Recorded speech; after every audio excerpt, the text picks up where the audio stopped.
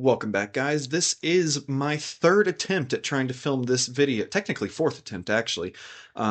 We are going back to the basics when it comes to videos. I have tried making longer form content for the past 6 months now, and the ideas are either just ones that I'm not feeling too strong about, or they are overly ambitious for what I am able to do right now. So I'm gonna do something like this so I can kind of get something out for you guys instead of making you wait however long until I get that done. So we are looking at the Studio Series Rise of the Beast figures, and our first subject is actually going to be Battletrap. Now, Battletrap isn't fantastic. I don't think he's awful, but there are definitely a lot of things he struggles with. The way the torso and arms are engineered is very, very finicky at best.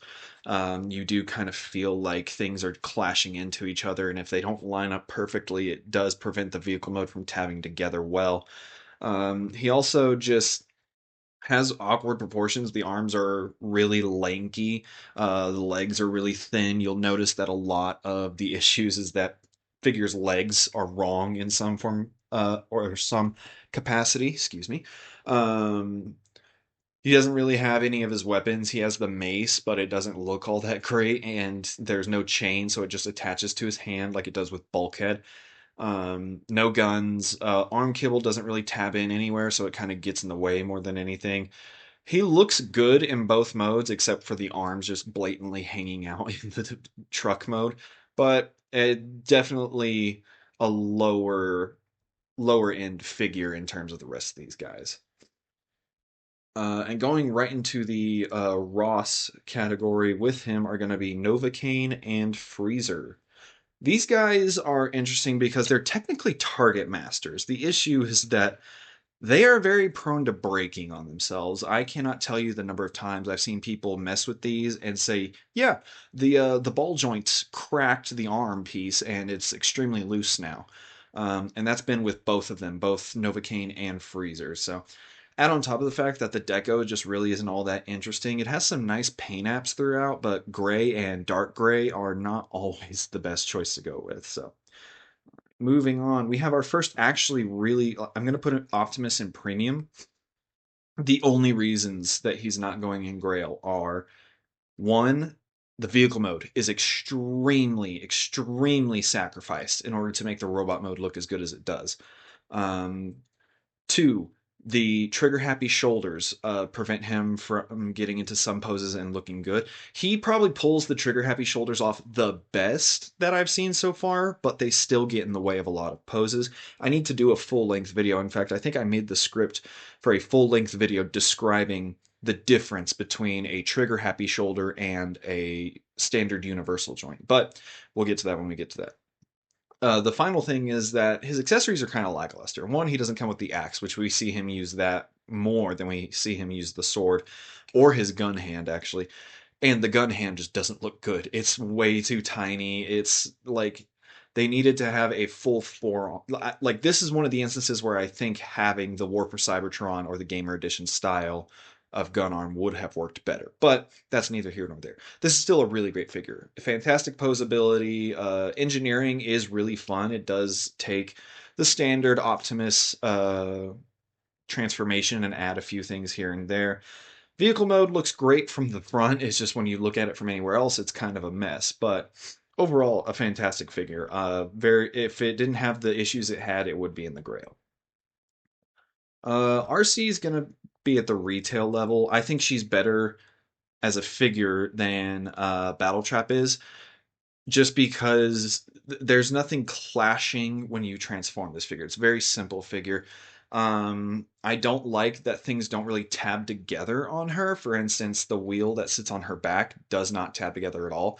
This is also unfortunately a case of a figure being based on early concept art, which means that she is inaccurate to what we see in the movie. It's not a huge inaccuracy. It's just the torso is molded differently than it's supposed to be. I do think they could have gotten away with making her a small deluxe and then adding a few accessories here and there. But for what she is, she's fine. No real complaints here. Um, Mirage. Mirage, I'm going to be a little lenient with. because it's heavily implied that a lot of the issues we see with Mirage are not actually Hasbro's fault. Um, it's heavily implied that Porsche actually told the designers that they could not break up the Porsche logo. The Porsche logo had to be cohesive, which means that the leg kibble, the reason it's there is not because Hasbro wanted it to be, but because Porsche told them they couldn't break that logo apart. Um, One thing I will put against the Hasbro designers, though, is that the arms being clear plastic is a ridiculous design choice. I don't understand why they did that.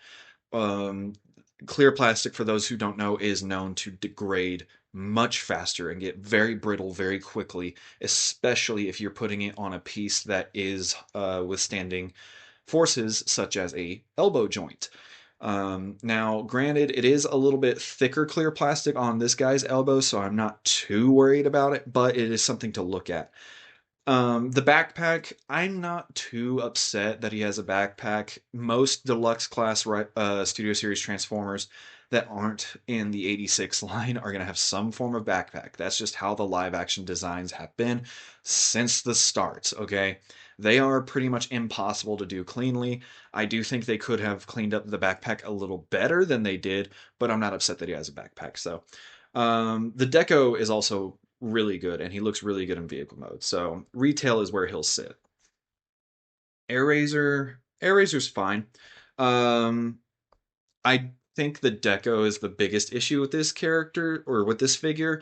The bronze color needed to be a lot richer than it is. It's a very pale bronze, and it just doesn't really work with the green that they picked. They either needed a darker green to work with, or they needed a darker green, a richer bronze, or both in order to make this figure really look good. I also think they probably should have gone more for what the Core Series figure did.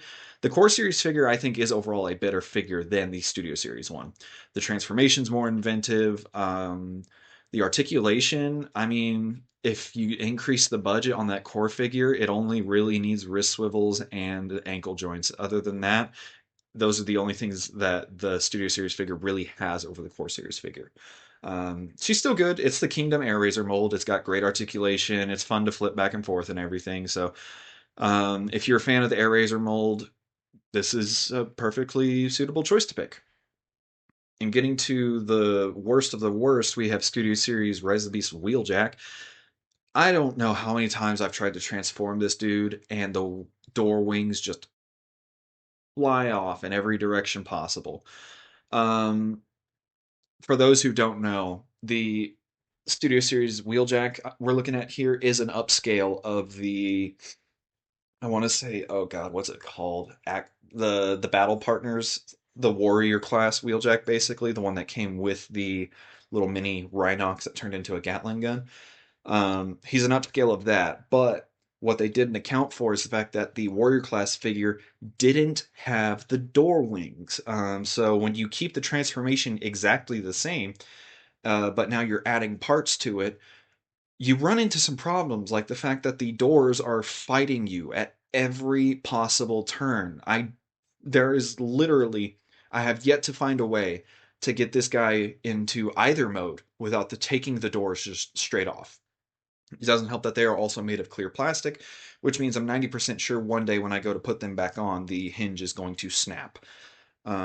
This is one of those times where if they needed an upscale, they should have just taken the core series Wheeljack figure and bring that into Studio Series, because that figure is leagues above this one. It's not even a contest. That one has just as much articulation as this one does, but doesn't, want me to throw it across the room every time I transform it. So that one is, and I do have a full length video planned for this guy, so we will go in depth on him later. Let's see. Up next, we have Bumblebee. Bumblebee's good. This is, at the time of this figure's release, this was the best Bumblebee figure on the market, as far as Studio Series went, at least. Great articulation. The only issue I saw that was kind of like a widespread thing was he was lacking a lot of paint, which he is. But they did fix it, at least on the face, with later releases of the figure. Um, this took this is what it feels like. This figure is kind of the epitome of what happens when Hasbro actually listens to complaints that fans have. The legs on most Studio Series Bumblebee figures are based off of the Last Knight figure, and if you've ever messed with them, you know they are severely over-engineered. They feel very fiddly, there's not a lot of articulation you get out of it, and it's just not a fun process to actually get them transformed. What this guy does is actually say, we're going to simplify it down to the most basic way possible. So the top part of the back is going to fold onto the inside of the legs, and the feet are just going to fold out and rotate to the side. That is all. There is no, well, you got to flip the entire bottom of the leg out. You got to slide the foot on this slider and then fold it up. No, just fold the foot out, flip this panel down, you're done.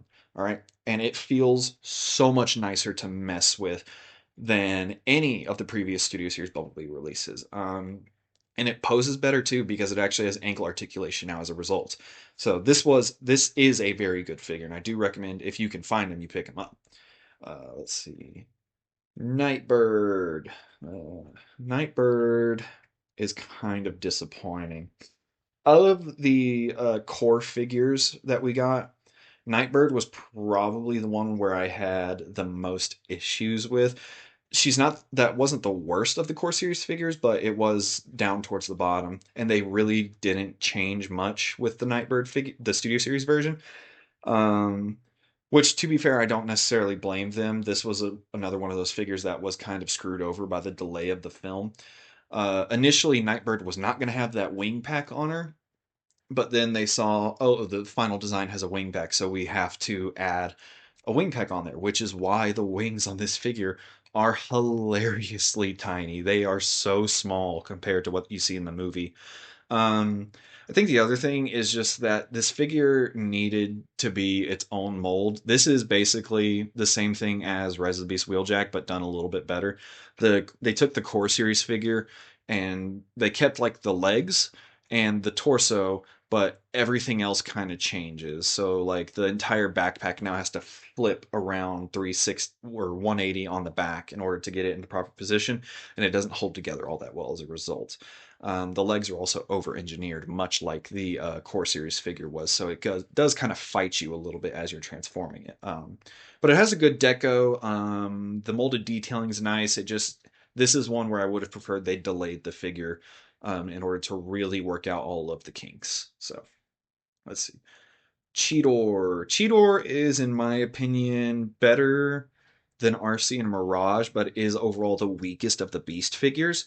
Um, Lackluster deco being the main thing, but also he's the one that just you can tell they really struggled to actually get this design to work as a figure. He's a lot bulkier than he is in the movie, and his legs are really stumpy in comparison to the rest of his body. Like if you actually look, his torso is really long, really tall, and as a result, in order to kind of try and keep the proportions normal, they shrunk his legs down, and it looks really awkward as a result. Um, I've always said this mold feels more like Tigatron than it does Cheetor, and looking at the on-screen model, that's even more apparent that this does not feel like Cheetor. It still poses really well. Um, the molded detailing is nice. It just needed a better deco, and they needed to slim it up a little bit more. Again, having it based on early concept art was probably not the best idea. There are still some early concept arts things in here, but Cheetor probably changed the most from his early concept. If you look at the core series figure, that was based on concept art. It looks so different from what we got in the movie. And honestly, I kind of wish they kept the early concept art design because it looks a lot better than this one does. But overall, it's still a fairly decent figure. Let's see. Rhinox, in my opinion, is overall the best figure we've seen so far of the ones we've looked at. That won't be the case for long, but so far he is the strongest. The only thing holding him back is the deco. It is an extremely boring deco. He is Games Workshop gray all over. And the issue is not that he doesn't have paint. He actually has quite a bit of paint. It's just that it's silver. If you've ever painted silver on top of Games Workshop gray, you know you can barely see it. It like disappears. It's magical. It's insane how quickly any of your paintwork will just disappear if you put it on Games Workshop gray. Um, so and like I custom painted mine. I think I still have the post where I showed how much better the figure looks when it goes for a darker, more gunmetal than the straight silver. But great posability, extremely fun to flip back and forth. All of the Beast figures are engineered very well. Like the way that they use the Beast head to really fill in the torso and make them super dense feeling is very clever. He actually, I think he's the only Rhinox figure, the only transforming one at least, outside of like Masterpiece, but Masterpiece really doesn't count when it comes to these. Outside of those instances, that actually has usable articulation in the Beast mode. Like you might have to finagle some things. Like I typically just rotate the front legs around to give him an actual knee bend. Um, but you can actually get poses out of the Beast mode, which is something you typically can't do with Beast formers. So really good figure overall. Just desperately needed that better deco, and it would have easy grail figure if it did not have such a boring deco. All right, Scourge. Scourge, in my opinion,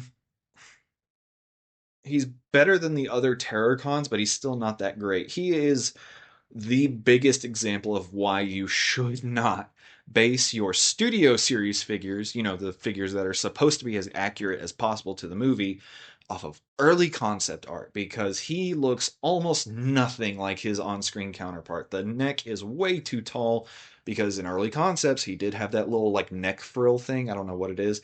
The shoulder pauldrons look wrong. I'm 90% sure we don't ever actually see um, the claw arm in the movie. I could be wrong. I'll put a little picture on there if we do actually see it. We see the gun hand more than anything else, but I'm pretty sure outside of that, he has just a normal hand on his left arm. The blade arm is normal, or is correct. And then his legs are so thin, so paper thin. It legitimately looks like they tried to make Reedman from Revenge of the Fallen on a leader class scale. They are super thin, and it does not look good. This figure does not look good. I'm hoping that the eventual re-release that they have announced, I hope it's not a re-release. I hope it's a redo, like they're doing with Grimlock and what they did with the Volkswagen Bee. I hope that's what the case is for this guy, but not a great figure. Definitely needed to be delayed, much like Nightbird. The biggest the thing you're going to see the most is probably me saying this figure would have been much better if they delayed it to work out all of the kinks. um, that is not the case though with Primal. Optimus Primal from this line, one of my favorite Studio Series figures in general, not just of this group, but in the entirety of Studio Series. And I own like 70 to 80% of all the Studio Series figures. Fantastic posability in robot mode, great posability in beast mode.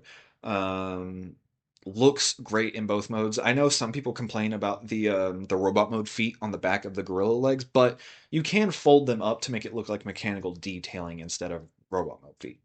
Um, Speaking on detailing, molded detailing is fantastic. Paint job, he doesn't have a lot of color on him, but where he does have it is in the perfect spot to keep him from looking boring.